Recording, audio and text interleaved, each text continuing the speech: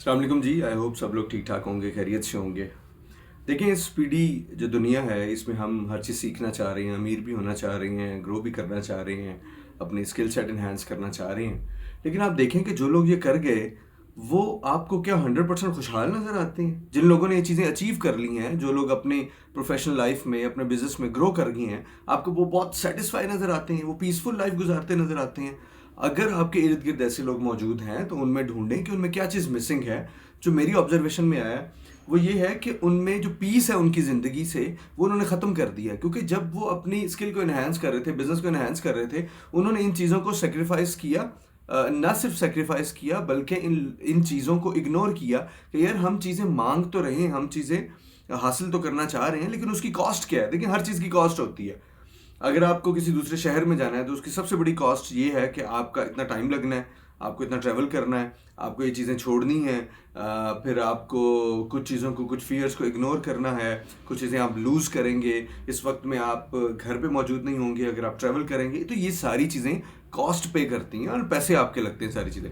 इसी तरह ये जब बहुत सी चीज़ें आप स्किल सेट इन्हांस करना चाह रहे हैं, आप ग्रो करना चाह रहे हैं, आप दूसरे मुल्क में जाते हैं तो हर चीज़ की कॉस्ट पे करते हैं, ठीक है। आप रिश्तों की कॉस्ट पे करते हैं, आप पैसों की कॉस्ट पे करते हैं, और सबसे बड़ी बात यह है कि टाइम की कॉस्ट पे करते हैं, यानी वो टाइम वापस नहीं आता।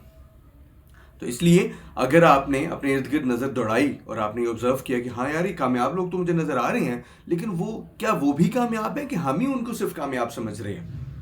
ये दो अलग बातें हैं। ये बहुत इंपॉर्टेंट चीज़ें हैं कि कोई बंदा अगर कामयाब है तो वो दूसरों के लिए कि खुद के लिए है, कि जब वो उस कामयाबी तक पहुंच गया है तो उसको सुकून है कि नहीं।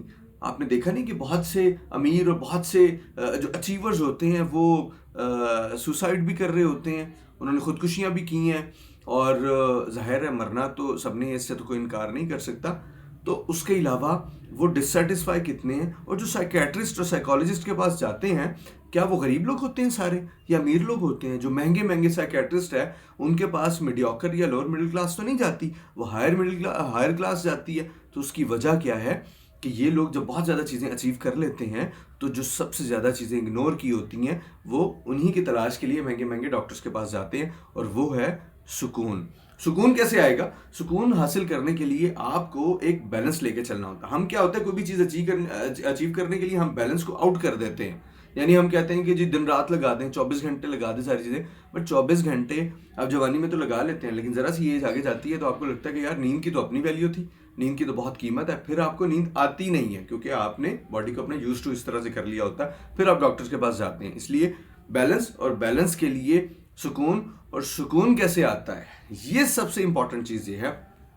सुकून आता है अल्लाह के शुक्र अदा करने से। हमें जो चीज़ें उसने दी हैं, हमें जो सलाहियतें दी हैं उसने, उसका शुक्र अदा करना बड़ा इंपॉर्टेंट है। हम ये तो कहते हैं कि अपनी स्ट्रेंथ्स पे काम करना है, अपनी वीकनेसेस पे काम करना है, ये सारे कॉम्बिनेशंस हमें पता है। अब इस दौर में हम चीज़ को एक सेकंड में, कोई भी चीज़ हम कोई भी नॉलेज हासिल कर लेते हैं, अपने वो इलाज ढूंढ लेते हैं, हर चीज़ का हमारे पास रेजोल्यूशन मौजूद है।